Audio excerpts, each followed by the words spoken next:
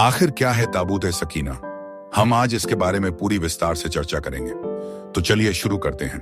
अगर आपको हमारी दी गई जानकारी पसंद आए तो हमारे चैनल को सब्सक्राइब जरूर करें और वीडियो को लाइक करें और वीडियो को ज्यादा से ज्यादा शेयर करें।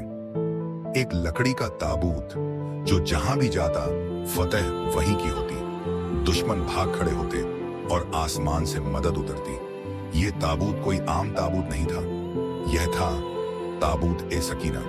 लेकिन फिर अचानक ये ताबूत गायब हो गया और तब से आज तक दुनिया उसकी तलाश में भटक रही है। आखिर इसमें ऐसा क्या था? ताबूत सकीना को अंग्रेजी में आर्क ऑफ द कवेनेंट कहा जाता है। यह एक लकड़ी का बक्सा था जिसे हजरत मूसा के जमाने में बनाया गया था। इस बक्से में बहुत कीमती और पवित्र चीजें रखी गई थीं, जैसे हजरत मूसा का लकड़ी का, तौरेत की असली तख्तियां, मन का खाना जो आसमान से उतरा था और कई दिव्य निशानियां। कहा जाता है कि जब यह ताबूत इस्राएली सेना के साथ होता तो उन्हें कोई नहीं हरा सकता था। इसके जरिए उन्हें अल्लाह की मदद मिलती। इसका जिक्र बाइबल और कुरान दोनों में है। बाइबल के मुताबिक खुदा ने हजरत मूसा को इसका डिजाइन बताया और हजरत हारून और उनके लोगों ने इसे बनाया।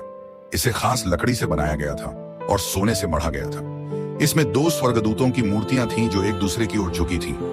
इस ताबूत से जुड़ी कहानियां बेहद चौंकाने वाली हैं।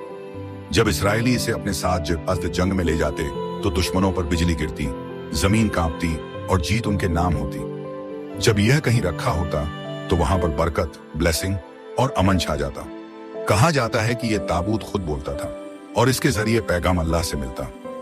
हजरत दाऊद और फिर हजरत सुलेमान के जमाने तक यह ताबूत मौजूद था। लेकिन जब बेबीलोन के बादशाह बुख्तनसर नेबुकदनेस्सर ने यरूशलेम पर हमला किया तो यह ताबूत रहस्यमयी तरीके से गायब हो गया।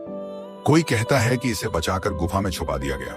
कुछ लोगों का मानना है कि यह ताबूत आज भी धरती के किसी कोने में मौजूद है और जब आखिरी जमाना आएगा तब यह दोबारा सामने आएगा। कुरान में सूरा बकरा आयत 248 में ताबूत सकीना का जिक्र है और उनके नबी ने उनसे कहा, उसके तालुत के बादशाह होने की निशानी यह है कि तुम्हारे पास वह ताबूत आएगा जिसमें तुम्हारे रब की ओर से साकीना, सुकून है और मूसा और हारून के घराने की छोड़ी हुई चीजें हैं।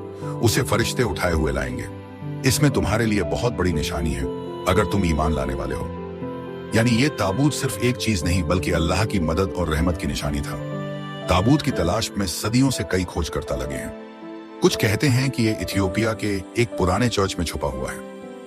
कुछ का दावा है कि वेटिकन सिटी के सीक्रेट तहखानों में है।